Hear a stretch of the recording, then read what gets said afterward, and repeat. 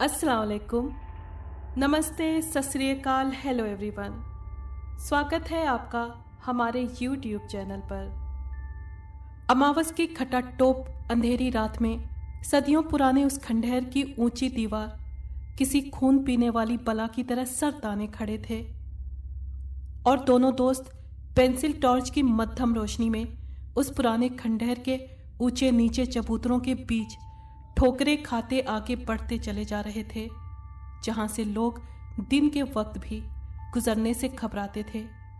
आसिफ हर तरह के डर से अनजान होठों से फिल्मी धुन बजा रहा था, लेकिन असलम की हालत उससे बिल्कुल अलग थी। हल्की सी आहट या सूखे पत्तों की सरसराहट भी उसके दिल की धड़कन को बेकाबू कर देती। उसे यकीन था आज ज़रूर कुछ होने वाला है।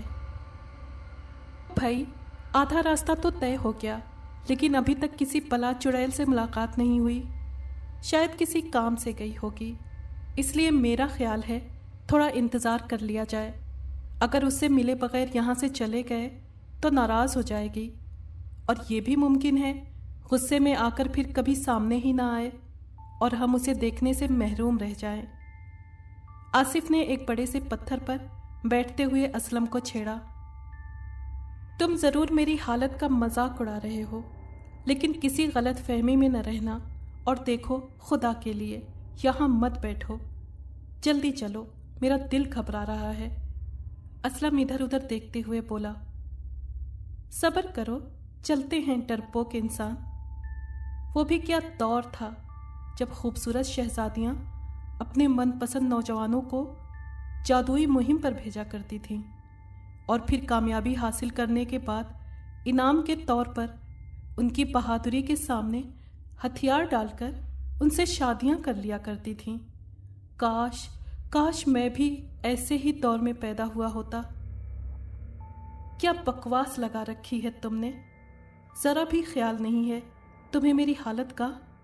अगर मुझे यहाँ हार्ट अटैक हो गया तो सारी ज़िंदगी खुद को माफ़ नहीं कर सकोगे। असलम उसका नॉर्मल रवैया देखकर भड़क उठा। अच्छा बंद करो ये जज्बाती डायलॉग। तुम मेरे दोस्त हो, गर्लफ्रेंड नहीं जो दिल बंद हो जाने की धमकियां दो। ज़रा सांस ले लो, फिर चलते हैं। तुम भी सुकून से बैठकर तारों भरी रात का मज़ा लो। थोड़ी देर यहाँ रुकने से तुम्हारा डर खुद ब खुद ख़त्म हो जाएगा। उसने असलम को तसल्ली दी और ख़ुद ऊंची आवाज़ में उसी फिल्म का गाना गाने लगा जो वो अभी सिनेमा में देख कर आ रहे थे। उसे यूं लापरवाह देखकर असलम भी बेबस होकर उसके करीब बैठ गया, लेकिन उसका दिल कह रहा था ज़रूर कुछ होने वाला है। अचानक उसे अपने कानों में किसी भारी कदम के चलने की आवाज़ सुनाई दी। उसने जल्दी से अंधेरे में इधर उधर नज़र घुमाई, मगर कुछ दिखाई नहीं दिया, लेकिन धमक अब भी सुनाई दे रही थी, जबकि आसिफ अपनी ही मस्ती में मगन गला फाड़ रहा था। तुम्हें कुछ महसूस हुआ? कुछ देर के बाद असलम ने चौंक कर पूछा। क्या? आसिफ ने गाना बंद करके पूछा और फिर दोबारा गाने लगा। ऐसा महसूस हो रहा है जैसे कोई धीरे धीरे चलता हुआ हमारे पास आ रहा हो। ज़रूर कोई लड़की होगी और मैं उसकी चूड़ियों की खनक सुन रहा हूँ। भूल गए, आज फिल्म में भी हीरोइन रात के पिछले पहर खेतों में हीरो से मिलने आती थी और अपनी मौजूदगी का एहसास दिलाने के लिए चूड़ियाँ खनकाती थी। क्या सीन था यार, मैं तो अभी तक उसके जादू से निकल ही नहीं पाया। आसिफ का दिमाग कहीं और ही पहुंचा हुआ था। मजाक मत करो, मैं सीरियस हूँ। यहाँ है कोई हमारे अलावा? कुछ नहीं है, सिर्फ तुम्हारा वहम है। आसिफ ने आसपास टॉर्च घुमाई। नहीं, ये वहम नहीं है, सुनो, उसकी सांसों की आवाज़ भी आ रही है। तुम्हारे कान बज रहे हैं यार। आसिफ झिंझलाया। मैं सच कह रहा हूँ, अब मैं उसके कदमों की आवाज़ भी साफ सुन रहा हूँ। भारी भरकम आवाज़, जैसे कोई मुश्किल से चल रहा हो। अरे हाँ, शायद तुम सही कह रहे हो। आसिफ पहली दफ़ा चौंका। आसिफ, आसिफ तुम्हारे पीछे। असलम की खुटी खुटी आवाज सुनते ही आसिफ ने बिजली की तेजी से टॉर्च पीछे घुमाई। ओ खुदाया, मारे डर के उसकी हालत खराब हो गई। सांस जैसे सीने में अटक गई और कदम जैसे जमीन ने जकड़ लिए हों। ये उसकी जिंदगी का सबसे दहशतनाक मंजर था, क्योंकि उसके पीछे खड़ी बला यकीनन कोई इंसान तो नहीं थी। 2 टांगों वाली उस भारी भरकम जानवर के जिस्म पर बाल नाम की कोई चीज नहीं थी। उल्लू की तरह चेहरे में धसी हुई आंखें, इतनी सफेद जैसे बर्फ जमी हो। ऊपर को निकली हुई कंधे की मजबूत हड्डियां और उनके साथ जुड़े चमगादड़ की तरह फड़फड़ाते पर, जबकि उसके गंदे वजूद से उठती हुई कच्चे गोश्त की बहुत ही गंदी बदबू ने उनकी नाक जकड़ ली थी और मौत के डर ने उन्हें पत्थर बना दिया था। आसिफ भागो। असलम में इतनी हिम्मत जाने कहां से पैदा हो गई, लेकिन कहां।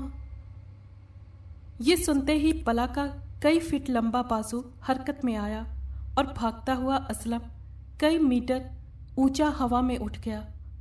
लेकिन उसे यह तकलीफ ज्यादा बर्दाश्त नहीं करनी पड़ी, क्योंकि बला ने अपने दूसरे हाथ से उसके लंबे बालों वाला सर हल्के झटके से हमेशा के लिए धड़ से अलग कर दिया और किसी फुटबॉल की तरह दूर उछाल दिया। ऐसा भयानक मंजर आसिफ ने कभी ख्वाबों में भी नहीं देखा था।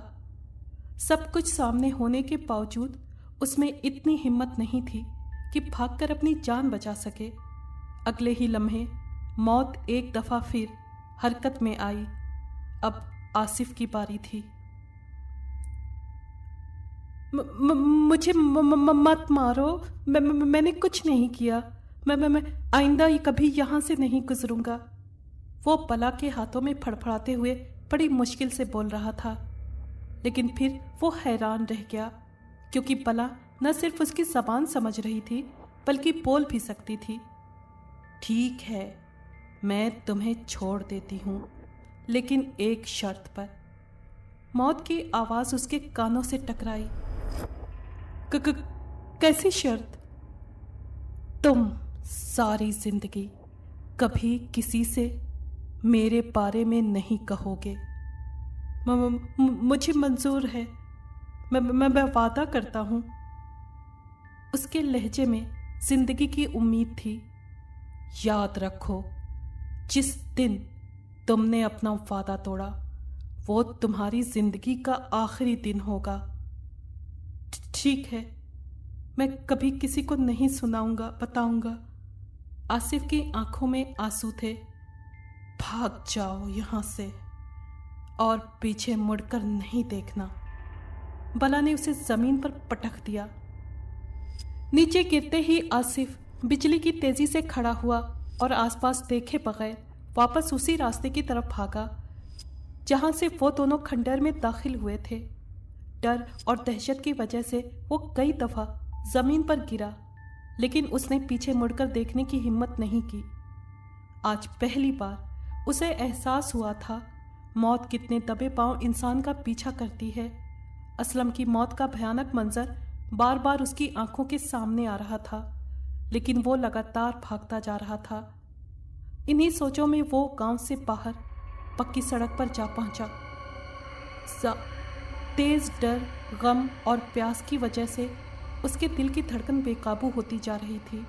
अचानक वो पूरी तरह से लड़खड़ाया और मुंह के बल जमीन पर गिर पड़ा। वो बेहोश हो चुका था। आँख खुली तो आसिफ एक खूबसूरत कमरे में लेटा हुआ था। लेटे रहो, तुम्हारी तबीयत ठीक नहीं। उसे हरकत में आते देखकर करीब बैठी बूढ़ी औरत ने प्यार से कहा, मैं कहाँ हूँ? तुम सेफ जगह पर हो। आप कौन हैं?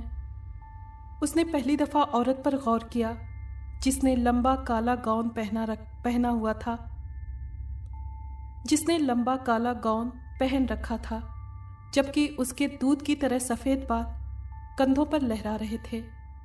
मेरा नाम रिसा है और तुम इस वक्त मेरे घर में मौजूद हो। इसलिए परेशान होने की ज़रूरत नहीं। मैं यहाँ कैसे पहुँचा? मैं तो वो कुछ कहते कहते रुक गया। तुम कादिरपुर गांव के करीब मेन रोड पर बेहोश पड़े थे। तेज़ बुखार की वजह से तुम्हारी हालत अच्छी नहीं थी, इसलिए हम तुम्हें अपने साथ उठा लाए। औरत ने उसे बताया। मैं कितनी देर बेहोश रहा हूँ? तुम 4 दिन बाद होश में आए हो। तुम 4 दिन बाद होश में आए हो। 4 दिन? वो हैरत से बड़बड़ाया। तुमने अपना नाम नहीं बताया। औरत ने मुस्कुराते हुए पूछा। आसिफ। क्या मैं एक बात पूछ सकती हूँ? जी पूछें। तुम अकेले इतनी रात गए उस वीराने में क्या कर रहे थे? तुम अकेले इतनी रात गए उस वीराने में क्या कर रहे थे? मैं खंडर की सैर करने के लिए गया था। वापसी पर तबीयत ख़राब हो गई। बस का इंतज़ार कर रहा था कि निढाल होकर गिर पड़ा। उसने असल कहानी गोल कर दी। और तुम्हारा घर कहाँ है? मेरा कोई घर नहीं।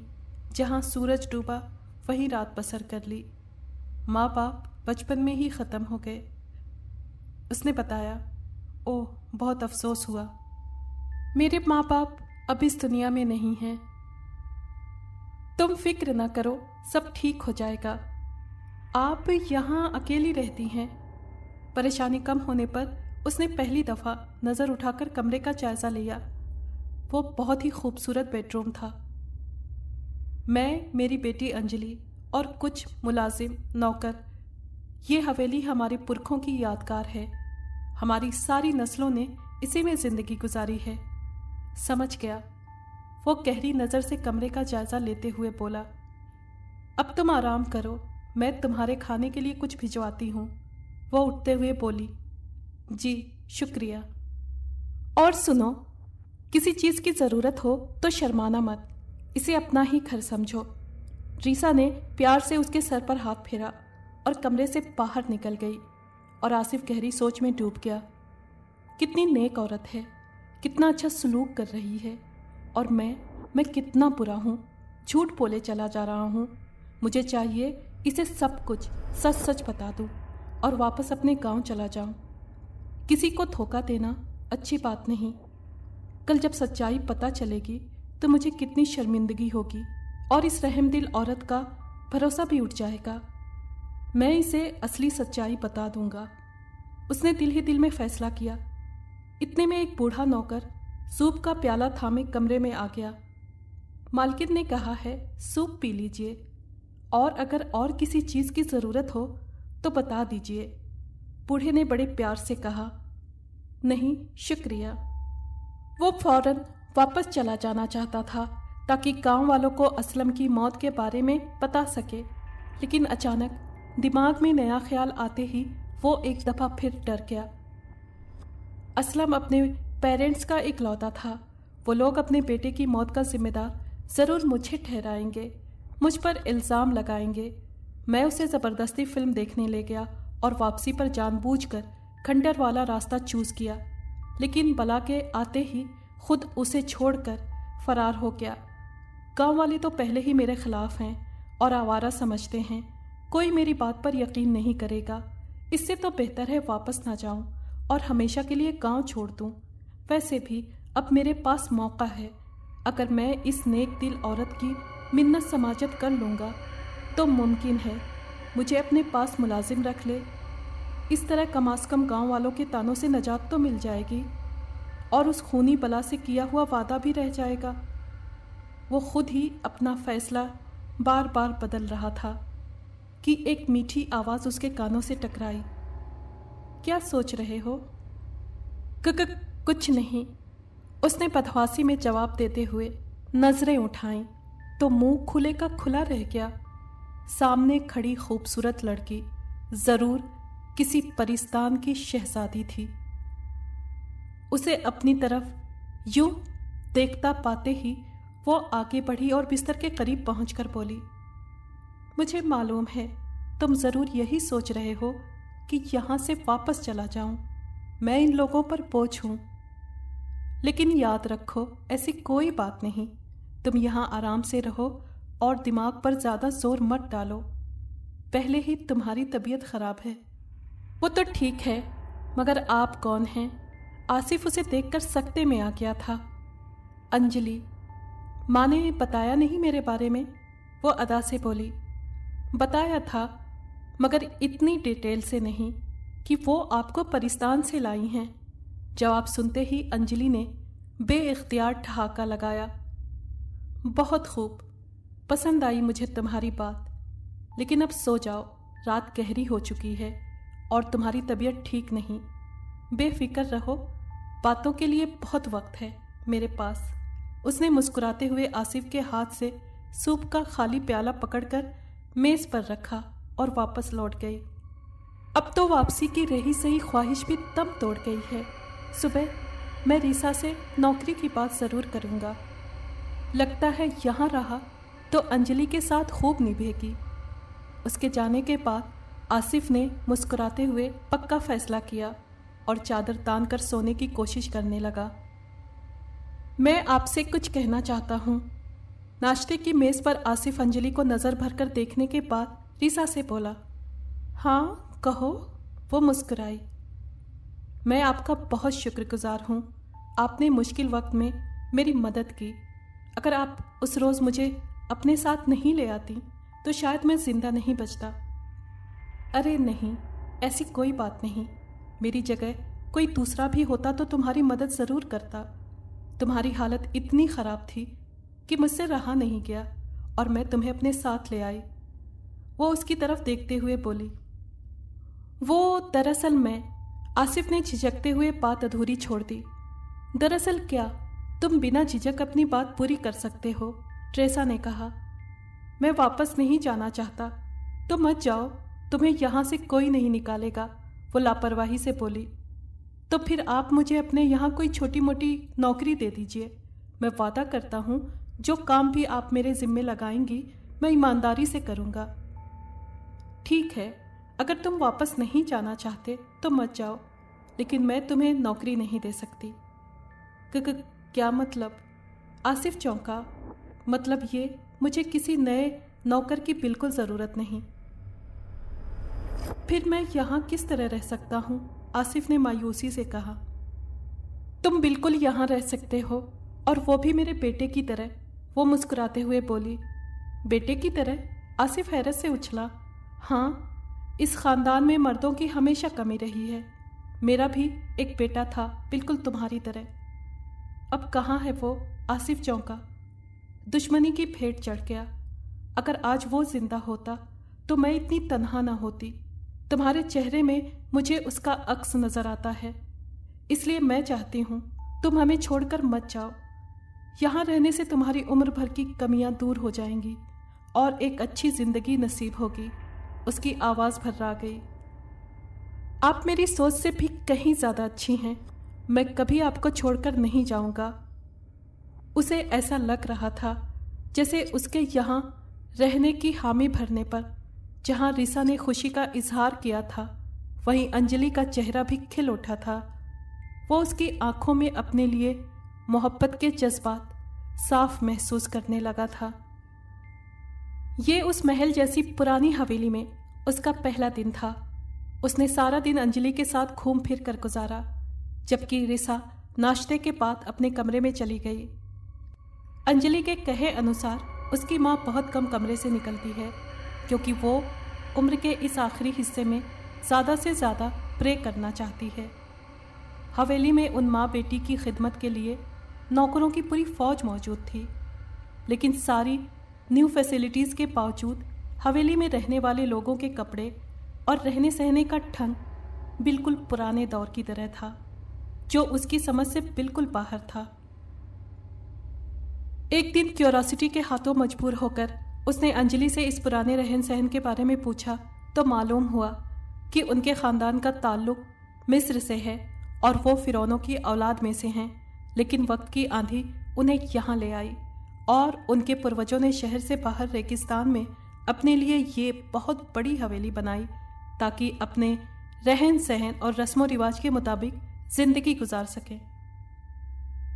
रेगिस्तान के बारे में जब अंजलि ने उसे बताया तो उसके मुताबिक तो वो अपने गांव से सैकड़ों मील दूर था। यूं वो इस लिहाज से सुकून से हो गया कि गांव से दूर होने की वजह से उसको पहचाने जाने का डर नहीं। लेकिन इन सब बातों के बावजूद एक अहम चीज जो उसके लिए परेशानी का कारण थी, वो इस आलीशान हवेली के दरो दीवार थे। जाने क्यों उसे हर पल यही एहसास हो रहा था कि ये जगह उसके लिए नई नहीं, वो पहले कई मर्तबा यहाँ आ चुका है। लेकिन कब और कैसे, ये सवाल वाकई एक मुअम्मा था, एक राज था। एक रात वो सोने के लिए बिस्तर पर लेटा तो नींद उससे कोसों दूर थी। वैसे अंजलि अब पूरी तरह उसके दिल में घर कर चुकी थी और उनके बीच रिलेशन दोस्ती के दायरे से निकलकर मोहब्बत में बदल चुका था। फिर भी पास्ट की ड्रावनी घटना हर वक्त किसी ड्रावनी फिल्म की तरह उसके दिमाग पर छाई रहती। वो भयानक चेहरा, उसकी बातें, उससे किया हुआ वादा, उसका दिमागी सुकून ख़त्म होता चला जा रहा था। मैं इस बात का जिक्र कभी नहीं करूँगा, किसी से नहीं करूँगा, उसने दिल ही दिल में अपना वादा दोहराया। बहुत देर करवटें बदलने के बाद एक अजीब सा ख्याल उसके दिमाग में आते ही वो एकदम उठ बैठा। क्यों ना उस बला की तस्वीर बनाकर अपने पास रख लूं और साथ ही सारी घटना भी लिख लूं। इस तरह असल बात और घटना बगैर किसी बदलाव के हमेशा मेरे पास सेफ रहेंगे। ये सोचकर उसने कमरे में मौजूद अलमारी से कागज कलम निकाला और अपना काम शुरू कर दिया। वो ज़्यादा पढ़ा लिखा नहीं था, लेकिन तस्वीर बहुत अच्छी बना लेता था। वो बहुत लगन से अपने दिमाग में मौजूद उस बला के खाके को कागज़ पर उतार रहा था। इस सिलसिले में उसने हर तरह से कोशिश की कि तस्वीर बिल्कुल वैसी बने जैसी वो बला दिखती थी। 2 घंटे की लगातार मेहनत के बाद जब उसने अपना कलम रोका तो तस्वीर पूरी हो चुकी थी। पेंसिल मेज पर रखते हुए अपनी ही बनाई हुई तस्वीर को जब उसने नज़र भरकर देखा तो जिस्म में गुजरने वाली खौफ की तेज लहर ने उसे हिलाकर रख दिया। फिर उसने दूसरा कागज उठाया और खंडहर से हवेली में पहुंचने की घटना लिखने लगा। इस काम से फ्री होने के बाद उसने कागज तय करके जेब में डाल लिया। अब उसे सुकून महसूस हो रहा था। एक ऐसी बात जो वो किसी से कह नहीं सकता था, उसके पास कागज पर लिखी हुई थी। इसी तरह कई दिन गुजर गए। इस दौरान रेसा ने कई दफ़ा उसके पास्ट को कुरेदने की कोशिश की, लेकिन वो हमेशा टाल जाता। अंजलि के प्यार का नशा उसके दिल और दिमाग पर छा चुका था। सबसे अहम बात कि रेसा को उन दोनों के यूं खुल मिल जाने पर कोई एतराज़ नहीं था, लेकिन इन सब बातों के बावजूद एक अनजाना डर हर वक्त उसके दिल और दिमाग पर छाया रहता। उसे कई बार महसूस हुआ कोई लगातार उसका पीछा कर रहा है। सांसों की तेज आवाज़, भारी कदमों की चाप, लेकिन बावजूद कोशिश के वो कुछ देख नहीं सकता था। शायद ये मेरे अंदर का डर है जो मुझे हर वक्त बेचैन रखता है, वो खुद को तसल्ली दे लेता। लेकिन कब तक? आखिर एक दिन वो हौसला हार गया। उसकी हिम्मत जवाब दे गई, मैं बुज़दिल नहीं हूँ, मैं इस डर से निजात हासिल करके रहूँगा। मैं सब कुछ मैडम रिसा को बता देता हूँ, वो ज़रूर इस सिलसिले में मेरी मदद करेंगी और इस तरह मेरे दिल का बोझ भी हल्का हो जाएगा। ये सोचकर वो जोशीले अंदाज में मैडम ट्रेसा के कमरे की तरफ बढ़ा और आखिरी दफ़ा एक बार फिर सोचने के बाद हाथ बढ़ाकर दरवाजे पर दस्तक दी। कौन है? अंदर आ जाओ। कमरे से रिसा की धीमी आवाज़ सुनाई दी। उसने धीरे से दरवाज़ा खोला और अंदर आ गया। रिसा एक आरामदेह कुर्सी पर बैठी थी, जबकि अंजलि उसके पीछे खड़ी माँ का सर दबा रही थी। वो धीरे धीरे चलता हुआ उनके करीब पहुँचा और फर्श पर बिछे कीमती कालीन पर बैठ गया। सब ठीक तो है? इतनी रात गए? रिसा परेशानी से बोली, जबकि अंजलि के चेहरे पर उसे देखते ही मुस्कुराहट आ गई। मुझे आपकी मदद की ज़रूरत है। कैसी मदद? मैं आपको अपनी ज़िंदगी का एक अहम राज बताना चाहता हूँ, वरना मैं घुट घुट कर मर जाऊँगा। वो सर झुकाकर बोला। उसके इस तरह से बोलने पर दोनों ही माँ बेटी एकदम से चौंक उठी। फिर इससे पहले कि वो अपनी बात दोबारा शुरू करता, अंजलि तड़प कर बोली, देखो, मैं सारी ज़िंदगी तुम्हारी हर ख्वाहिश, हर ज़रूरत पूरी कर सकती हूँ, लेकिन कोई ऐसी बात नहीं करना जो मैं बर्दाश्त न कर सकूं। मैं तुम्हें खोना नहीं चाहती। अंजलि उसकी आंखों में झांकते हुए बोली। उसके लहजे में अजीब सी रिक्वेस्ट थी। मैं तुम्हें खुद भी छोड़कर नहीं जाना चाहता। मोहब्बत हो गई है मुझे तुमसे, आसिफ ने तड़प कर जवाब दिया। उधर रेसा का चेहरा बिल्कुल सपाट था और वो खामोशी से दोनों की बातें सुन रही थी। तो फिर क्या प्रॉब्लम है?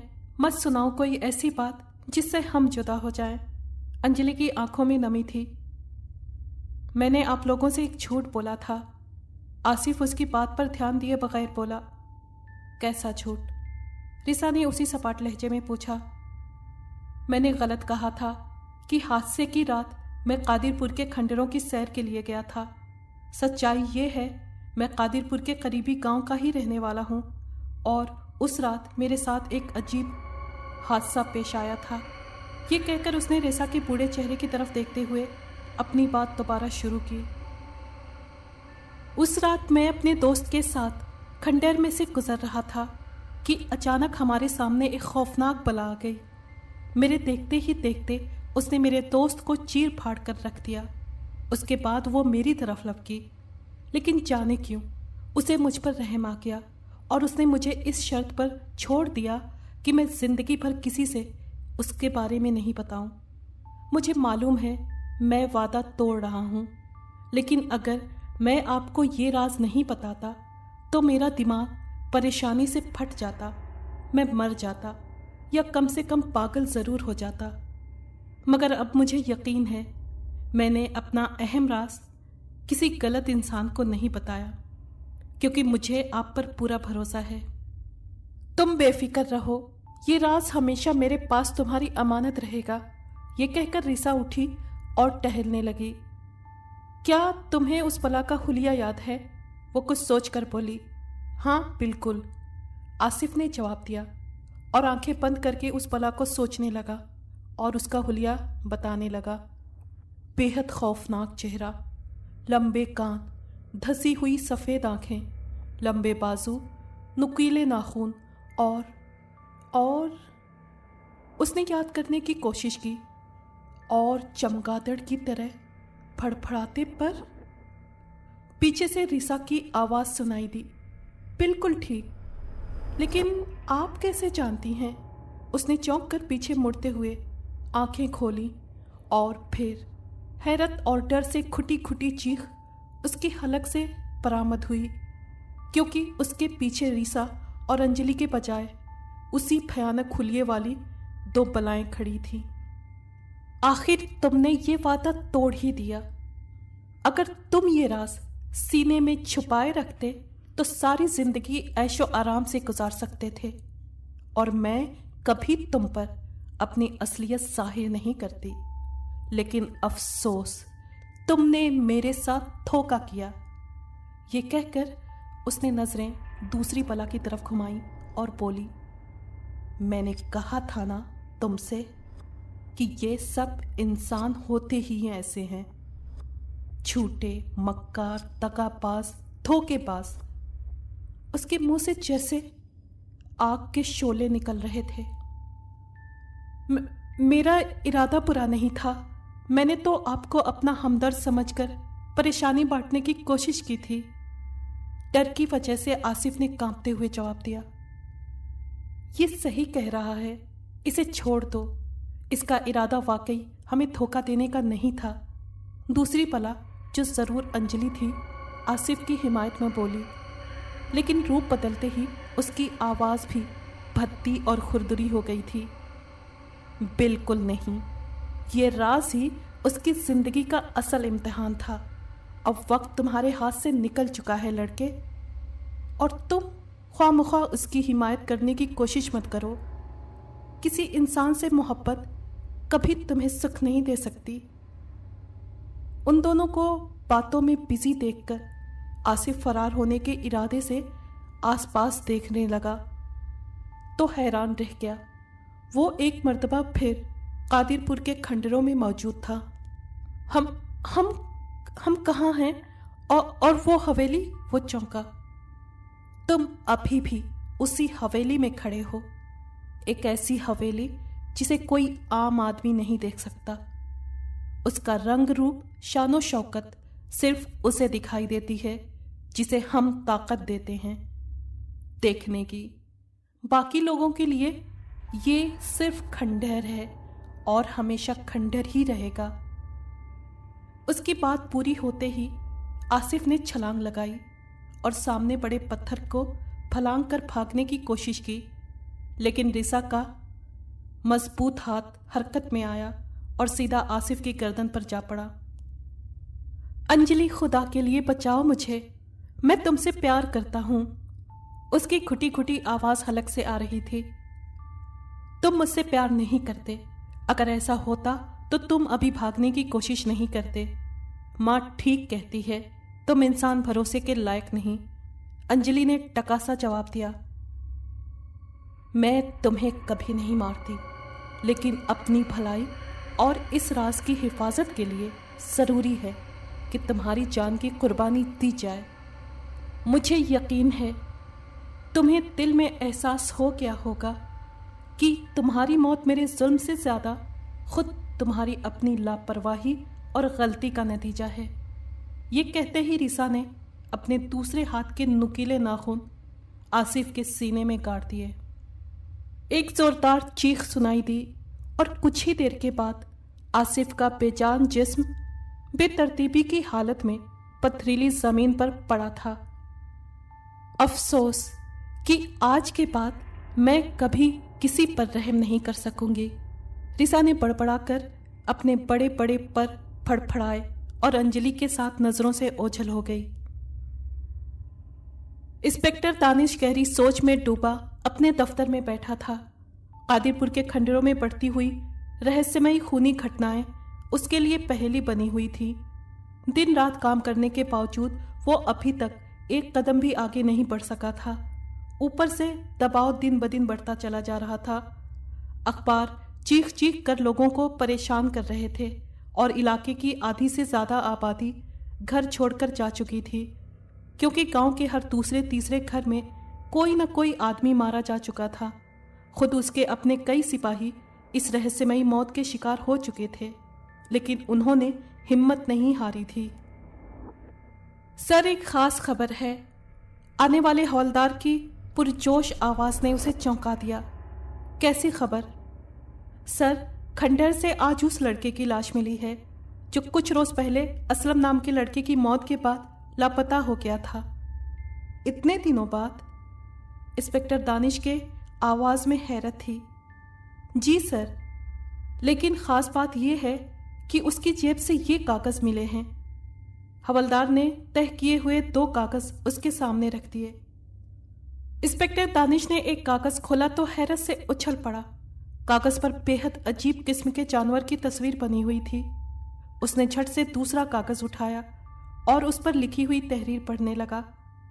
जैसे जैसे वो पढ़ता जा रहा था, पेशानी पर सोच की लकीरें गहरी होती जा रही थीं।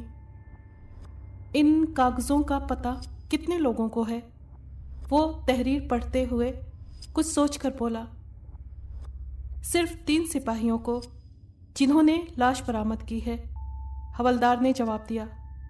ठीक है, लेकिन ख्याल रखना ये खबर राज ही रहे और ख़ास तौर पर प्रेस से अलर्ट रहना।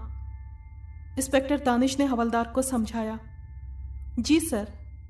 हवलदार सैल्यूट करके वापस चला गया। उसके जाते ही इंस्पेक्टर दानिश ने एक कागज़ दोबारा उठाया और बड़े गौर से तस्वीर का जायज़ा लेने लगा। उसने 2-3 दफ़ा डिटेल भी पढ़ी, लेकिन मामला समझ से बाहर था। डॉक्टर दाऊद, अचानक एक ख्याल बिजली की तरह उसे दिमाग में कौंधा। उसने जल्दी से कागज़ जेब में डाले और बाहर मौजूद अपनी जीप की तरफ बढ़ा।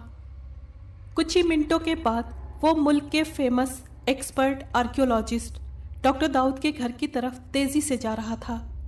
डॉक्टर दाऊद की गिनती मुल्क के एक्सपर्ट आर्कियोलॉजिस्ट में होती थी। उन्होंने ख़ास तौर पर कादिरपुर के खंडरों पर दिन रात काम करके बहुत सी नई चीज़ें पता की थीं। डॉक्टर दानिश से उनका रिलेशन बहुत पुराना था। वो उनके फादर के गहरे दोस्त थे और इंस्पेक्टर दानिश को अपने बच्चों की तरह प्यार करते थे। 1 घंटे की लगातार ड्राइविंग के बाद उसकी जीप डॉक्टर दाऊद के फॉर्म में दाखिल हुई। रिटायरमेंट और बीमारी की वजह से वो यहीं पर शिफ्ट हो गए थे।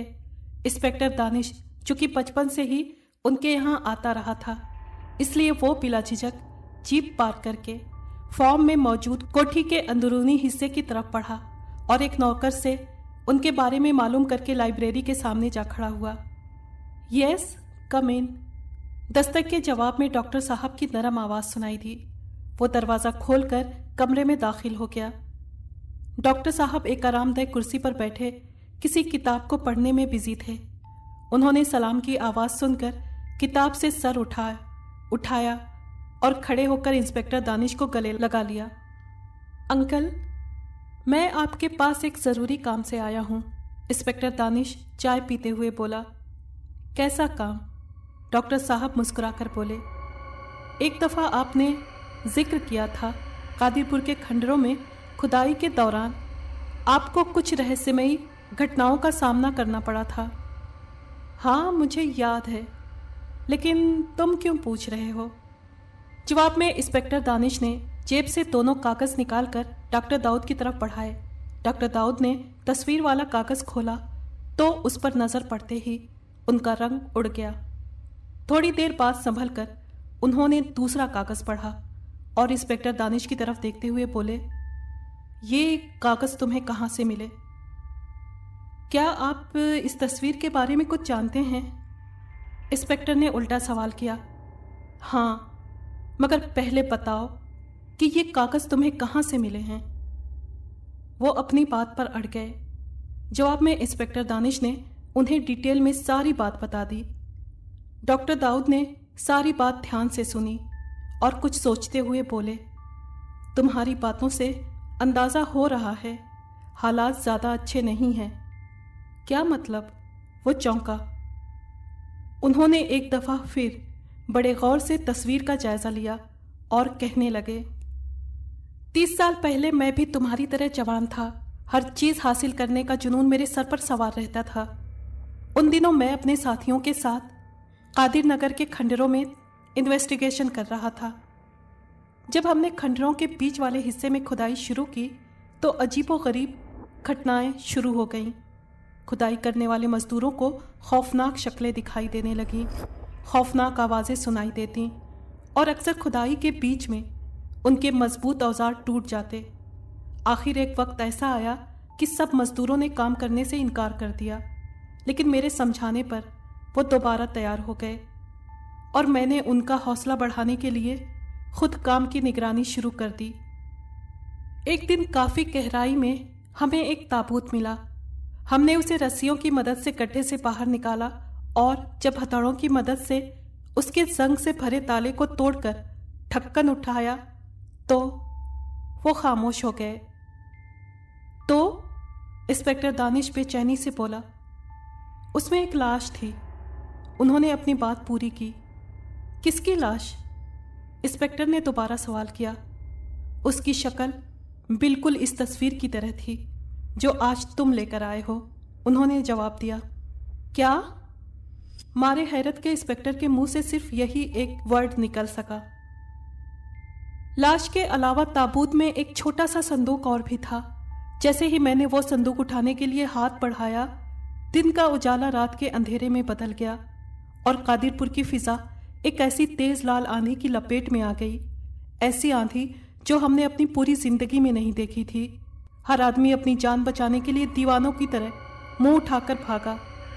आंधी इतनी तेज थी कि वो मजदूरों को फिजा में कई फीट ऊंचा उठाती और जोर से जमीन पर पटक देती।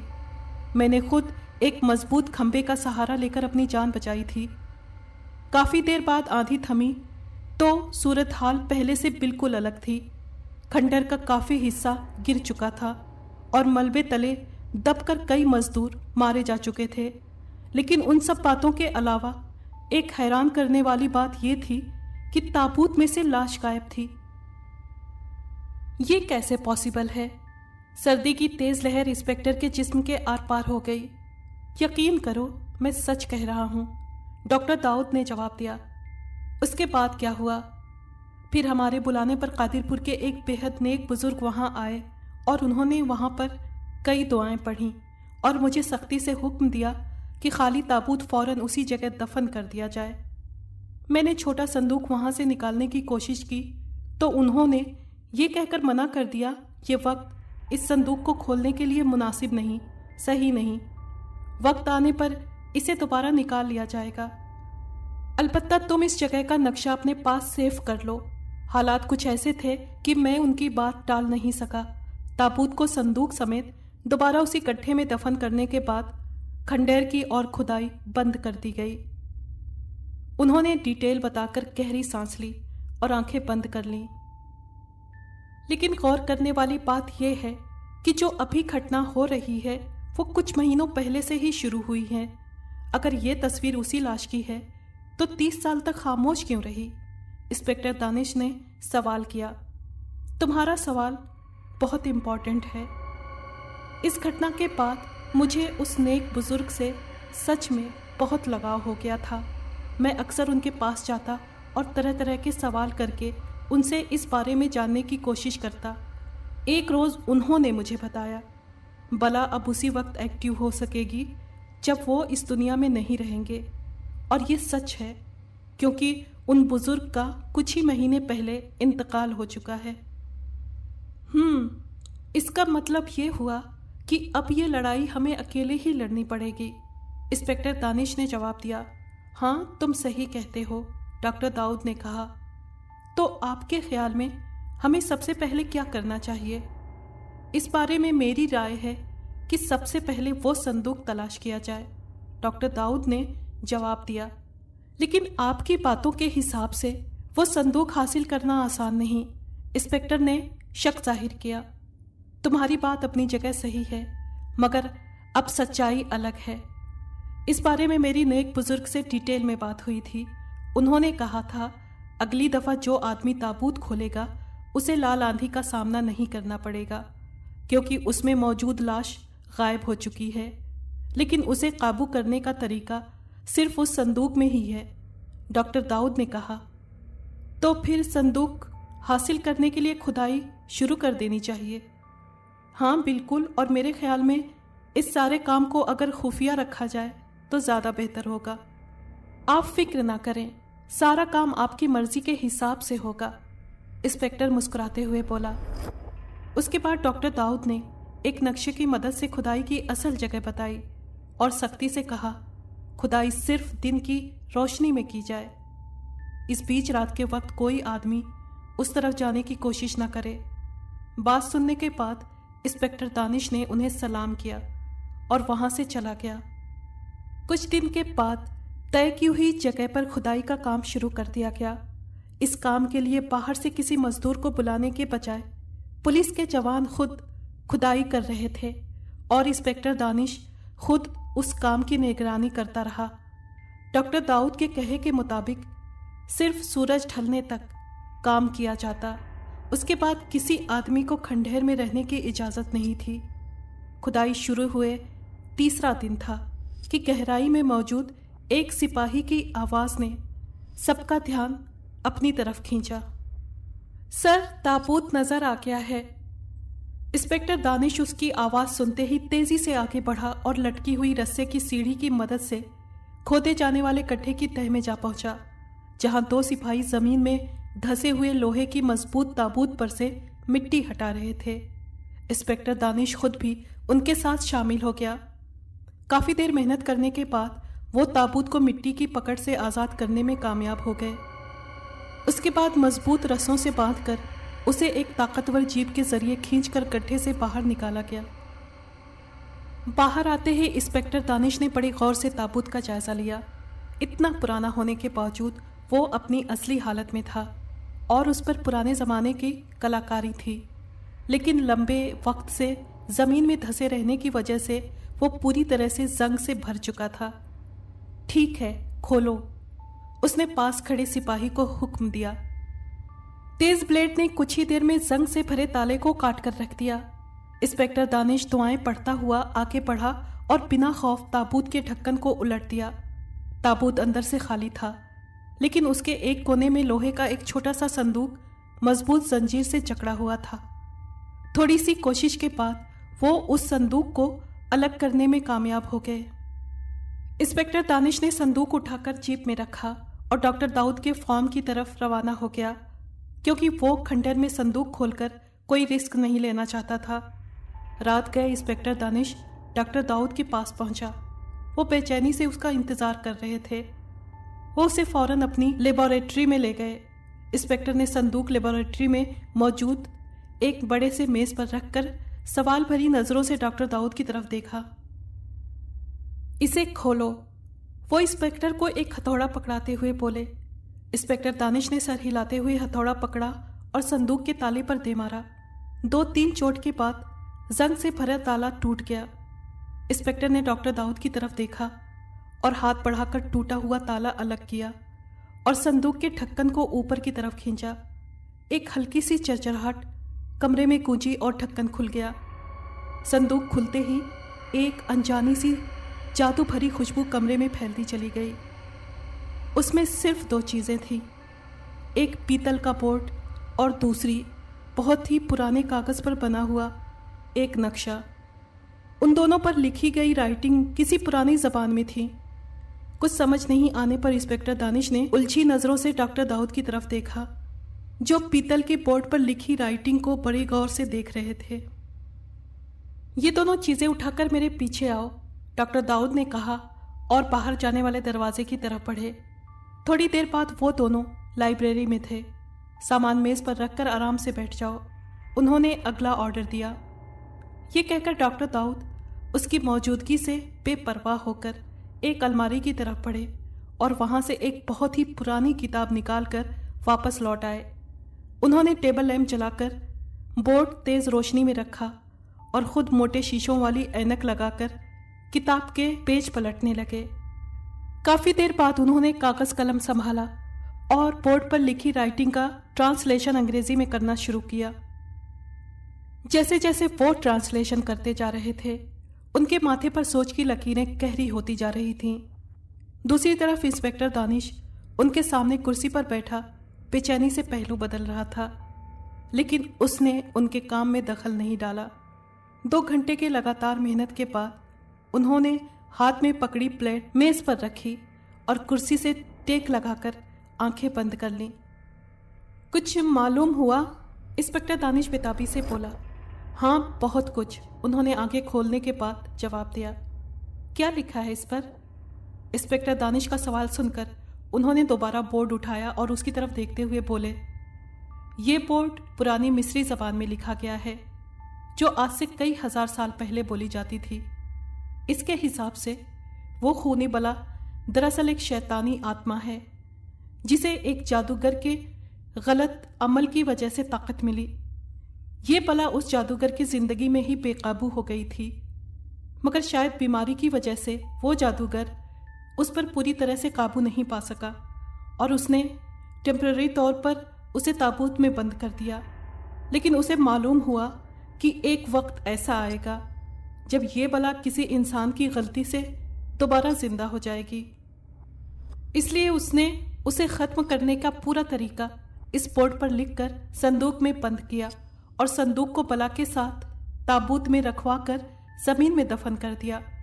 लेकिन कुछ ऐसा अमल किया कि बला उस संदूक को छू या बर्बाद न कर सके। और ये दूसरा कागज़? इंस्पेक्टर ने दोबारा सवाल किया। ये दूसरा कागज़ उस खुफिया तहखाने का नक्शा है जो खंडर के आखिरी हिस्से के नीचे मौजूद है। इसी तहखाने में वो शैतानी किताब मौजूद है, जिसे जलाने से ही इस बला से छुटकारा पॉसिबल है। लेकिन एक बात मुझे बहुत परेशान कर रही है। डॉक्टर दाऊद कुछ सोचते हुए बोले। कैसी बात? इंस्पेक्टर चौंका। इस बोर्ड के हिसाब से सिर्फ एक आदमी को तहखाने में जाने की इजाज़त है, जबकि ये बहुत ख़तरनाक काम है। उनके लहजे में परेशानी थी। इसमें परेशानी वाली कौन सी बात है? हमारा तो काम ही खतरों से खेलना है। इंस्पेक्टर दानिश लापरवाही से बोला। हाँ, वो तो है, लेकिन ये चोर सिपाही का खेल नहीं, नेकी और बुराई की जंग है, डॉक्टर दाऊद ने जवाब दिया। आप फिक्र ना करें डॉक्टर साहब, अच्छाई और बुराई की जंग में जीत हमेशा अच्छाई की ही होती है। जरूर जरूर तुम कामयाब हो जाओगे, मेरी दुआएं तुम्हारे साथ हैं, डॉक्टर दाऊद ने उसके कंधे पर हाथ रखकर कहा। फिर वो उसे बोर्ड पर लिखी राइटिंग की डिटेल बताते रहे, जिसके अहम पॉइंट्स इंस्पेक्टर दानिश अपने दिमाग में नोट करता रहा। सारी जानकारी हासिल करने के बाद उसने डॉक्टर दाऊद का शुक्रिया अदा किया और बाकी इंतज़ाम करने के लिए वहाँ से रुखसत हो गया, वहाँ से चला गया। अगले 2 दिनों में वो तहखाने का खुफिया दरवाज़ा तलाश करने में कामयाब हो गए और फिर कुछ रोज़ की तैयारी के बाद वो वक्त भी आ गया जब इंस्पेक्टर दानिश को तहखाने में जाना था। एक उभरे हुए पत्थर पर चोट लगाते ही सामने मौजूद पथरीली दीवार बाईं तरफ सरकती चली गई। सूरज की रोशनी ने हजारों साल बाद अंधेरे तहखाने में झांका था। दरवाज़ा खुलने के बाद इंस्पेक्टर दानिश ने साथ आए हुए सिपाहियों और डॉक्टर दाऊद को खुदा हाफिज़ कहा और उनकी नेक दुआओं के साथ तहखाने में दाखिल हो गया। लेकिन जैसे ही उसके कदम तहखाने की सीढ़ी के बीच में पहुंचे, खुला दरवाज़ा तेज़ी से बंद हो गया। इंस्पेक्टर ने फुर्ती से अपने बेल्ट के साथ बंधा वायरलेस उतारा ताकि बाहरी दुनिया से कांटेक्ट करके इस बारे में मदद ले सके। पर यह उसकी भूल थी, क्योंकि दरवाज़ा बंद होते ही उसके वायरलेस सिस्टम ने काम करना बंद कर दिया था। अब उसका कांटेक्ट बाहरी दुनिया से कट चुका था, शायद हमेशा के लिए। दरवाज़ा बंद होते ही तहखाना किसी अंधे कुएं की तरह हो गया था। अपने होश काबू में रखते हुए इंस्पेक्टर दानिश ने फौरन हेलमेट में लगी लाइट का बटन दबाया। ज़रूर ये पहला मौका था जब सदियों पुराने इस तहखाने में लाइट की रोशनी फैली थी। इस काम से फ्री होने के बाद इंस्पेक्टर दानिश ने आखिरी दफ़ा वायरलेस सेट पर कांटेक्ट करने की नाकाम कोशिश की और फिर मायूस होकर उसे दोबारा बेल्ट के साथ बांध लिया। अब वो केयरफुल अंदाज में सीढ़ियां उतरने लगा। तहखाने के फर्श पर कदम रखते ही उसने जेब से नक्शा निकालकर सही डायरेक्शन का अंदाज़ा लगाया और आगे बढ़ा। उसने अभी कुछ कदम ही उठाए थे कि अचानक उसे अपने दाईं तरफ पर मौजूद बंद दरवाजे के पीछे किसी बच्चे के रोने की आवाज़ सुनाई दी। यूं महसूस हो रहा था जैसे बच्चा बेहद तकलीफ में है। उसके कदम खुद ब खुद दरवाजे की तरफ बढ़े। नहीं, डॉक्टर दाऊद ने सख्ती से मना किया था कि अपने काम के अलावा किसी चीज़ पर ध्यान नहीं देना। ये सोचते ही वो फौरन रुक गया। लेकिन बच्चा और यहाँ, हो सकता है सच में किसी को मेरी मदद की ज़रूरत हो। उसने खुद को समझाया और दरवाज़ा खोलकर कमरे में चला गया। कमरे में कोई नहीं था और आसपास का जायज़ा लेने में वो बिजी था कि अचानक कमरे में हर तरफ तेज़ दूधिया रोशनी फैल गई। उसने चौंक कर चारों तरफ देखा। रोशनी कोने में मौजूद मेज़ पर पड़े एक गोल पत्थर से फूट रही थी। हैरत है, इतनी तेज़ रोशनी, वो भी एक पत्थर से। वो चलता हुआ पत्थर के पास जा पहुंचा। जल्द ही उसे एहसास हो गया कि ये पत्थर से निकलने वाली रोशनी गर्म नहीं बल्कि ठंडी है। उसने अपने बाएं हाथ की 2 उंगलियां रोशन पत्थर पर रखीं ताकि उस अजीबोगरीब पत्थर को छूकर उसके बारे में अंदाज़ा लगा सके। पत्थर वाकई ठंडा था और उसे अजीब सी राहत महसूस हो रही थी।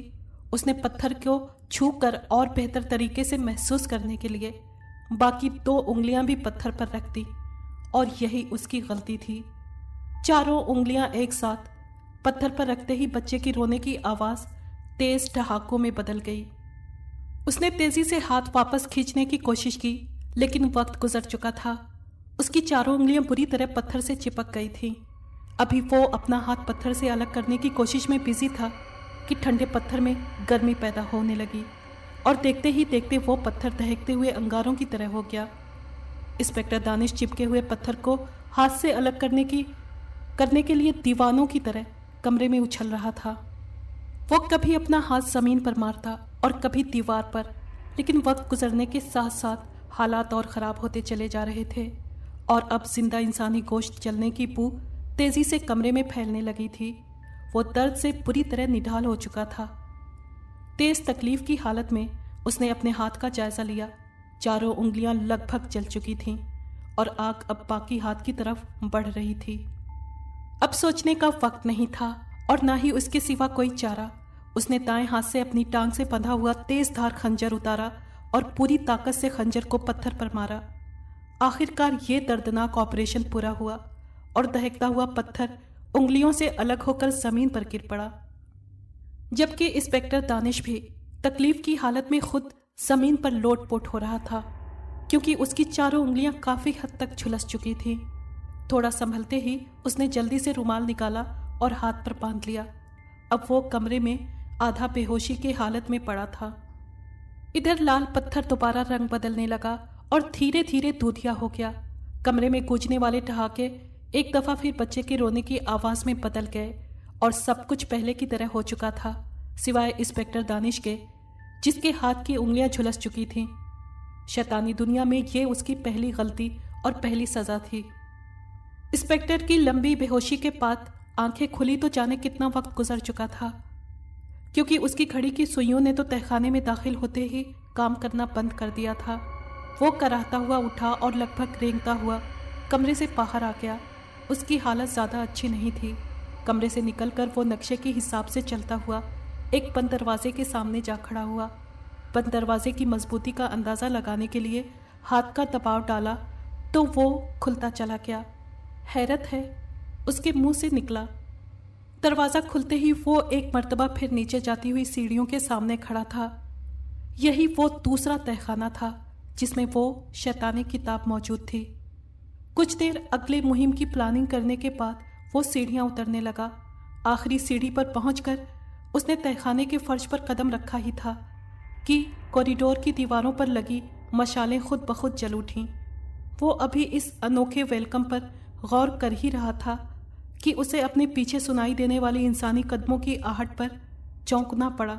बिजली की तेजी से मुड़कर देखा तो आंखें मारे हैरत के फैलती चली गईं, क्योंकि डॉक्टर दाऊद 3 सिपाहियों के साथ सीढ़ियां उतरते हुए उसकी तरफ बढ़ रहे थे, जिन्हें वो तहखाने के बाहर गेट पर छोड़ कर आया था। उन सब के सीने ताज़ा खून से लुथड़े हुए थे, आंखें बर्फ की तरह सफ़ेद थीं और चारों अपने हाथों में नंगी तलवारें थामे उसकी तरफ बढ़ रहे थे। आप लोग और यहाँ? वो हैरत से बोला, लेकिन उनमें से किसी के चेहरे में अपनायत नहीं थी। आंखों में मौजूद अजनबीपन देखकर इंस्पेक्टर दानिश का दिल तेजी से धड़क उठा। वो इस सूरत हाल को समझने में असमर्थ था। चारों धीरे धीरे उसके करीब आ रहे थे। कुछ फीट के फासले पर पहुंचकर एक सिपाही ने हाथ में पकड़ी हुई तलवार हवा में लहराई और इंस्पेक्टर दानिश पर हमला कर दिया। इंस्पेक्टर इस अचानक हमले के लिए तैयार नहीं था। उसने फुर्ती से जगह बदलने की कोशिश की, लेकिन तेज धार तलवार उसके बाएं टांग पर जख्म लगाते हुए गुजर गई। इसी बीच डॉक्टर दाऊद और दूसरे सिपाही भी उसके आसपास घेरा तंग कर चुके थे। हालात की संगीनी देखकर इंस्पेक्टर ने रिवॉल्वर निकाल लिया, लेकिन उसमें अपने साथियों पर फायर करने की हिम्मत नहीं थी। इसलिए वो उनके दूसरे हमले को नाकाम करते हुए कॉरिडोर में मौजूद 2 कमरों में से एक के दरवाजे की तरफ लपका, ताकि जल्द से जल्द शैतानी किताब तक पहुंच सके। मगर दरवाज़ा खोलते ही उसके होश उड़ गए। बंद कमरे में वो सारे लोग आत्माओं की तरह टहल रहे थे, जिन्हें वक्त वक्त पर खंडहर में कत्ल किया गया था। दरवाज़ा खुलते ही वो सब तेज़ी से उसकी तरफ लपके। इतने ढेर सारे लोगों को काबू करना आसान नहीं था, इसलिए वो एक लंबी छलांग लगाकर तेज़ी से दूसरे कमरे की तरफ लपका और दरवाज़ा खोलने की कोशिश शुरू कर दी। सदियों से बंद पड़ा रहने की वजह से दरवाज़ा पूरी तरह जाम हो चुका था। वो पागलों की तरह उसे ठोकरें मार रहा था। इधर सारी आत्माएं धीरे धीरे उसकी तरफ बढ़ रही थीं। इंस्पेक्टर ने आखिरी दफा मुड़कर उन पर नजर दौड़ाई और ऊपर वाले का नाम लेकर पूरी ताकत से दरवाजे पर लात मारी तो दरवाजे के बाजू जोरदार धमाके से खुल गए। अंदर दाखिल होते ही उसने तेजी से दरवाज़ा बंद किया और टेक लगाकर लंबे लंबे सांस लेने लगा। इस सारी घटना के दौरान जख्मी टांग का दर्द बढ़ चुका था। उसने कंधे पर लटकते बैग में से एक पट्टी निकाली और कसकर जख्म पर बांध ली। इस काम से फ्री होकर इंस्पेक्टर ने एक दफ़ा फिर जेब से नक्शा निकालकर जायजा लिया। शैतानी किताब इस कमरे से मिले दूसरे कमरे में थी और कमरे में जाने के लिए इकलौता दरवाज़ा उसके सामने था। नक्शा तय करके जेब में डालने के बाद वो अपनी मंजिल की तरफ बढ़ा। अभी वो कमरे के बीच में पहुंचा था कि जाने कहां से एक बहुत ही भारी भरकम बॉडी उसके सर पर आ गिरी। उसने वो बॉडी बेहद तेजी से सामने वाली दीवार पे दे मारी। अब उसके सामने एक ऐसा इंसान जैसा जानवर खड़ा था जिसका मुंह भेड़िए का था और वो गुस्से में बुरी तरह गुर्रा रहा था। कुछ देर के बाद उस जानवर ने दोबारा हमला किया, लेकिन अब इंस्पेक्टर संभल चुका था। उसने बिजली की तेजी से हाथ में पकड़ा हुआ खंजर जानवर के पेट में घोंप दिया। वो चीख के साथ फर्श पर गिरा और अपनी जबान से अपना ही जख्म चाटने लगा। खून मुंह में जाते ही उसके पागलपन में और बढ़ोतरी हो गई और वो दोबारा इंस्पेक्टर पर हमला करने लगा। लेकिन इस बार इंस्पेक्टर दानिश के रिवॉल्वर ने शोले उगले, आग उगली और खौफनाक जानवर इंस्पेक्टर तक पहुंचने से पहले ही जमीन पर गिर गया। मगर अगला सीन बहुत ही हैरान करने वाला था। तहखाने की जमीन पर जिस जगह उसके खून का कतरा गिरता, कुछ देर बाद वहां से बिल्कुल वैसा ही भेड़िया जैसा इंसान पैदा होता और देखते ही देखते बड़ा हो जाता। कुछ देर में बहुत से जानवर उस पर हमला करने के लिए तैयार खड़े थे। ये सब देखकर इंस्पेक्टर दानिश ने फिर हिम्मत करके लंबी छलांग लगाई और जख्मी टांग की परवाह किए बगैर भागता हुआ शैतानी किताब वाले कमरे में चला गया। अंदर जाते ही उसने ये दरवाजा भी बंद कर दिया और सब कुछ भूल कर सामने रखे हुए उस बड़े से संदूक की तरफ बढ़ा जिसमें वो शैतानी किताब मौजूद थी। कमरे के बीच में पड़े काले संदूक के पास पहुंचकर इंस्पेक्टर ने बहादुरी से उसका ढक्कन उठाने के लिए हाथ बढ़ाया, लेकिन अचानक कमरा गहरे लाल धुएं में भर गया। जब धुआं छटा तो सामने वही खौफनाक हुलिये वाली खूनी बला खड़ी थी जो कादिरपुर में अनगिनत लोगों को मौत के घाट उतार चुकी थी। उस बला के पीछे उसकी हमशक्ल बलाओं की लंबी लाइन थी जो सब उसे घूर रही थी। खबरदार, किताब को हाथ मत लगाना, एक फुनकारती हुई आवाज कमरे में गूंजी। आज तुम्हारा वक्त पूरा हो चुका है।